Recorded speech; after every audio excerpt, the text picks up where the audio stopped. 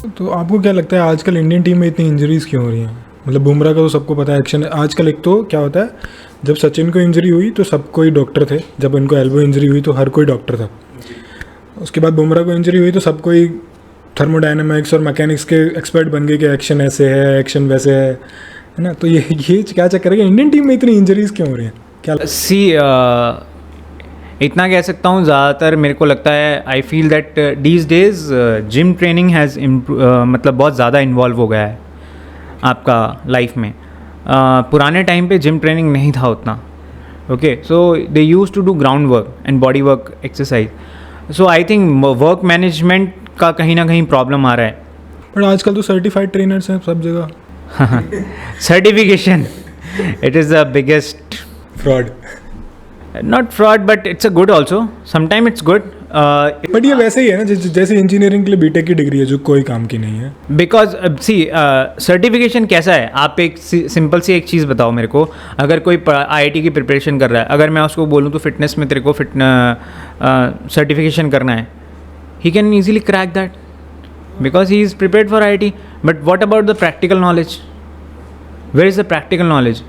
सो basically पहले trainers वो थे जो प्रैक्टिकल करके आए हुए हैं, अभी सिर्फ पढ़ के आ गए हैं वो लोग ट्रेन कर रहे हैं। हाँ, वो भी है। एंड आई थिंक आपने अगर खुद करके नहीं देखा है तो मेरे ख्याल से वो ज़्यादा डिसएडवांटेज है।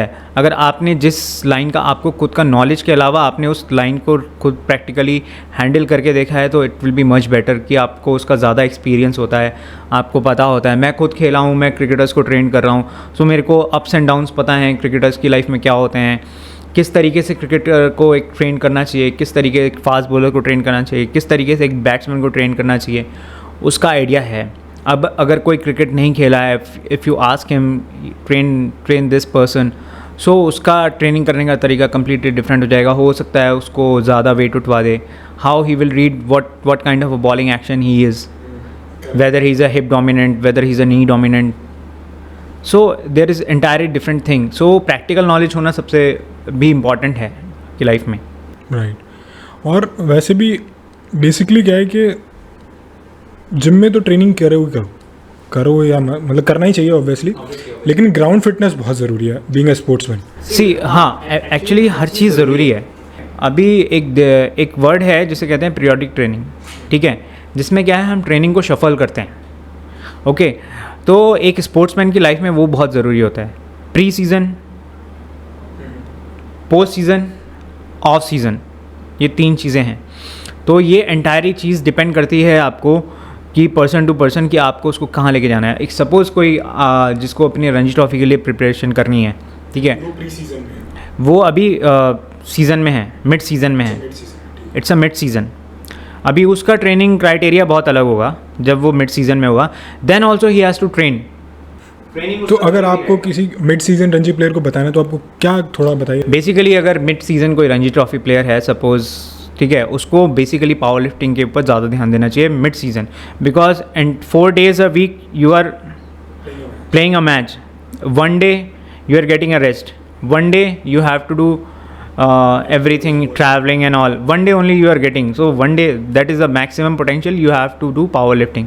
लेकिन वो तब काम करेगा अगर आपने पोस्ट अपना प्री सीज़न बहुत अच्छा किया या ऑफ सीज़न अच्छा किया। तो जैसे आपने बताया कि मिड सीजन में पावर लिफ्टिंग करना चाहिए, तो उसको सस्टेन करने के लिए उसको प्री सीजन में क्या वर्कआउट, मतलब प्री सीज़न का workout is completely different. Pre season का जो वर्कआउट होता है वो स्ट्रेंथ ट्रेनिंग और आपका एजिलिटी, मोबिलिटी सब कंप्राइज करके एक आपका प्रोग्राम बनता है, जिसमें आपको जिसको कहते हैं स्ट्रेंथ एंड कंडीशनिंग, जो बेसिकली हम लोग करते हैं। CS जैसे कोर्स होता है, strength and conditioning coach.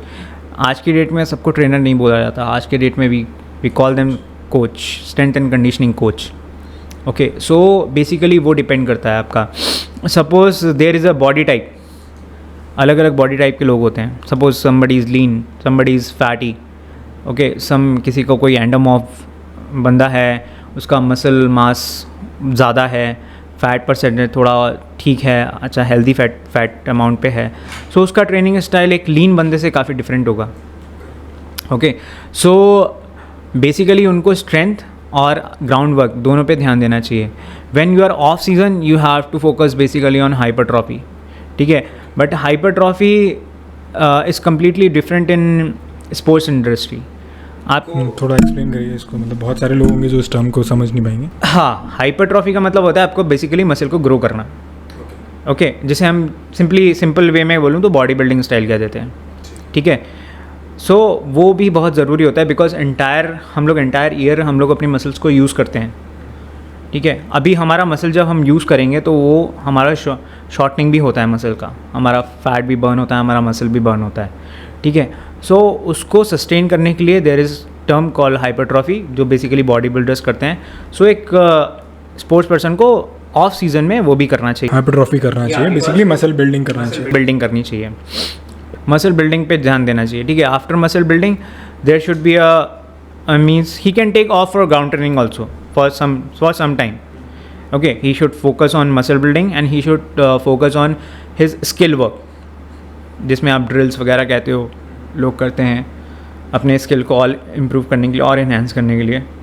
But problem क्या होता है कि लोग जब हाइपरट्रॉफी कहते हैं तो they go for entire 8 after 3 months 4 months, जब तक उनका सीज़न शुरू नहीं होता तब तक वो करते ही रहते हैं।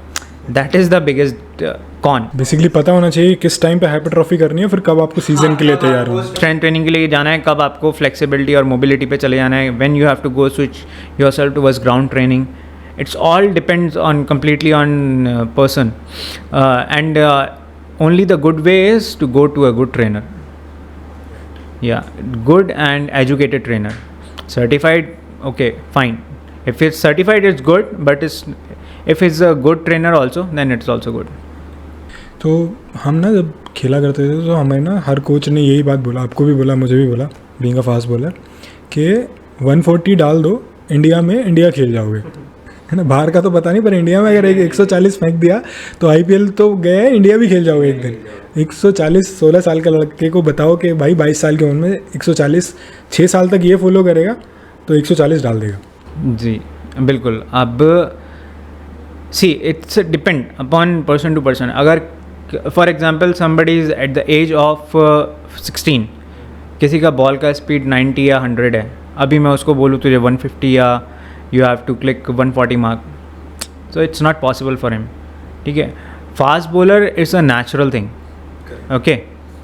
इट्स अ फास्ट बॉलर कभी भी आप बना नहीं सकते हो, is a natural fast bowler. उसको हम ग्रूम कर सकते हैं, हम बना नहीं सकते, ओके। सो हाँ, अगर if somebody is at the age of 16, somebody is bowling 120 or 125, so we can ask him, yeah, he will bowl 140, 145, but it's also not a easy task. There are a lot of things involved in it. सो वही जो आपने बताया कि pre season off season, वो पूरे 6 साल discipline के साथ आपको डिसिप्लिन के साथ चलना है। See I will tell you one thing, सब कहते हैं इसको ऐसा ट्रेन करो, उसको वैसा ट्रेन करो। I'll tell a cricketer or any sports person or anyone a simple thing, जब तक जो ट्रेनिंग आपके स्पोर्ट्स में आपको एडवांटेज दे रही है, it is a good training, correct, okay. You can see your self only. अगर आपके स्किल वर्क में इम्प्रूवमेंट दिख रहा है उस ट्रेनिंग के बाद, तो it is good for you. It can be anything, और ये हर स्पोर्ट्स में ही है बेसिकली हर स्पोर्ट्स में है। आपको अगर आपके उसमें आपको ग्राउंड ट्रेनिंग ज़्यादा सूट कर रहा है, आपके बॉडी टाइप में आपको ट्रेनर ग्राउंड ट्रेनिंग करा रहा है और वो आपको ज़्यादा सूट कर रहा है, आपका स्किल ज़्यादा डेवलप हो रहा है, so it's good for you. अभी there are some few trainers those who more emphasize on strength training, और अगर आपका उससे एनहेंसमेंट हो रहा है तो it's good for you. But basically जो अभी ट्रेनर रहेगा वो प्रोग्राम बना के चलते हैं, कोई भी एक चीज़ ज़्यादा नहीं कराता। हाँ, थोड़ा बहुत ऐसा होता है कि कुछ ट्रेनर होते हैं वो ज़्यादा कुछ ग्राउंड वर्क पे ज़्यादा फोकस करते हैं, कुछ होता है कुछ ज़्यादा स्ट्रेंथ वर्क पे फोकस करते हैं, बट वो पर्सन टू पर्सन भी डिपेंड करता है। See I will tell you one thing, there are 2 muscles basically हमारे उसमें, स्लो मसल्स फाइबर्स और फास्ट मसल फाइबर्स, ओके। अलग अलग जगह दोनों फिट होते हैं। अगर हम ज़्यादा स्ट्रेंथ वर्क या ज़्यादा हाइपरट्रॉफी पे चले जाएंगे तो वही स्लो मसल फाइबर्स हिट होते हैं हमारे उसमें, ठीक है, जिसकी वजह से हम लोग स्लो हो जाते हैं। फास्ट मसल फाइबर एक्चुअली हम लोग को चाहिए होते हैं, ओके। सो वो ग्राउंड में यूज़ होते हैं, जो ग्राउंड ट्रेनिंग से आएंगे, बेसिकली ग्राउंड ट्रेनिंग वगैरह से ज़्यादा हमारे उसमें डेवलप हो सकते हैं। सो बेसिकली सही बैलेंस बिठाना ज़रूरी है अपने अपने बॉडी टाइप के हिसाब से। सबसे मेन इंपॉर्टेंट वही है। तो एक चीज़ और है कि कोई बंदा जिम में जाता है और चौथे दिन पूछता है भैया प्रोटीन कौन सा लूँ। तो प्रोटीन के पाउडर का जो ये मिथ है ना, और इस आपको भी पता ही है खैर, इस नाम पे, प्रोटीन पाउडर के नाम पे इस देश में बहुत लोगों ने बहुत पैसा बनाया। तो एक इंसान को कब ये सोचना चाहिए कि अच्छा अब मेरी बॉडी को एक एक्स्ट्रा, देखो मैं गलत नहीं बोल रहा, वो तो अच्छी ही चीज़ है, आप भी ये चीज़ मानते हैं है ना, अगर कोई अच्छी ट्रेनिंग करता है तो उसके लिए वो ज़रूरी भी है। तो लेकिन कब वो शुरू करनी चाहिए, लाइक कि अब मेरी बॉडी उस प्रोटीन को डाइजेस्ट कर सकती है? प्रोटीन को हम क्या कहते हैं, प्रोटीन सप्लीमेंट कहते हैं उसे, ठीक है, उसके नाम में ही उसका सोल्यूशन है, इट्स अ सप्लीमेंट, ठीक है। अगर हम एग्ज़ाम देने जाते हैं, हमारा मेन शीट अगर 8 पेजेस का है, अगर हम सप्लीमेंटेशन तब ले, जब कब हम सप्ली के लिए पूछते हैं जब हमारे 8 पेजेस भर जाते हैं। अब अगर सपोज़ अगर मैंने 8 पेजेस का जो मैंने आंसर शीट सबमिट करी है, अभी उसमें से 1 पेज सप्लीमेंट का खो जाए मेरे को मार्क्स नहीं मिलेंगे क्या? हाँ, ये हो सकता है कि मेरे को कम मार्क्स मिले, बट उतने ज़्यादा नहीं मिल पाए जितना मैंने एक्सपेक्ट किया। Suppose there is a person who is scoring 95 out of 100, अभी उसका सप्लीमेंट शीट खो गया, अभी ही इज़ गॉट 70 और 80 somewhere around, he will get. But अगर सपोज अभी उसका मेन शीट ही खो गया and only get supplement, fail लिखा आएगा फिर तो, he will be failed. So supplementation का भी काम वही है, जब आप अपनी नेचुरल डाइट से उसको फुलफ़िल नहीं कर पाए, अपने मैक्रोज को नहीं फुलफ़िल कर पा रहे हो, ठीक है, मैक्रोज को फुलफ़िल नहीं कर पाते, उसके बाद हम एडिशनल सप्लीमेंट का इन्वॉल्वमेंट अपनी लाइफ में लेके आते हैं। ओके, सो एक नेचुरल नॉर्मल बंदे में एंड सपोज मैंने ये भी सुना है कि लोग बोलते हैं कि अरे डब्बे खा के बॉडी बना रहा है, नेचुरल नहीं है। कंप्लीटली यार, completely way protein is completely natural thing, it's a by product of paneer. मतलब पनीर से जो हमारा बाय प्रोडक्ट निकलता है उसको हम बेसिकली पनीर वाला फैट नहीं आता शरीर में, दैट्स इट, एंड उसका बाय प्रोडक्ट ही है। So it's not like that, it's not a harmful thing, it's a good thing. But आपको तब इंट्रोड्यूस करना चाहिए when you think that you are not, means आप नेचुरली उस चीज़ को कंप्लीट अपने मैक्रोज को पूरा नहीं कर पा रहे, अपना प्रोटीन इंटेक जो आपको डेली नीड्स में चाहिए वो पूरा नहीं कर पा रहे हो, तब आपको प्रोटीन को इंट्रोड्यूस करना चाहिए basically. And these days if you ask me for a daily person, if a middle class person, protein is not it's a expensive thing these days. Okay, if you want to have a good protein तो it's a expensive thing, ठीक है। Market में बहुत सारे protein available हैं, but I don't think कि मतलब every protein is good. There are so many things, amino spiking होती है उसमें बहुत ज़्यादा, कईयों में जो सर्टिफाइड नहीं होते हैं ट्रेन प्रोटीन, उसमें अमीनो स्पाइकिंग करते हैं। There are so many things, flavouring बहुत ज़्यादा ऐड कर देते हैं, नॉर्मल टेस्टिंग से उसको निकालना बहुत मुश्किल है। तो बेसिकली वैसे तो किसी का प्रमोशन हो जाएगा, पर अगर आपको बताना हो तो कोई 2-3 ब्रांड सजेस्ट कर रहे हो कि ये प्रोटीन, ये सही ट्रस्टेबल ब्रांड्स हैं इंडिया में? See, I'll not say protein trustable brands. It's very difficult, to be very frank. There are few companies, those who they are certified, those who means basically banned substance से free रहते हैं. Inform Sports, Inform Choice are there. Okay, they are basically the, आप कह सकते हो कि ये लोग थोड़ा क्लीन प्रोटीन बनाते नहीं, ये सर्टिफाइड देते हैं basically. Suppose there is a famous brand everybody knows on protein, okay, अभी वो लोग उसको सर्टिफाइड कर देंगे कि it is certified by inform sports, so that means it's a banned substance free protein, it's eligible that anyone can have, there is no hard metals or something like that. Basically कोई doping में नहीं फंसेगा उसमें, कुछ भी नहीं आएगा, तो it's like that. So inform sports से जो भी सर्टिफाइड प्रोटीन है आप जा सकते हैं उसको लेने के लिए।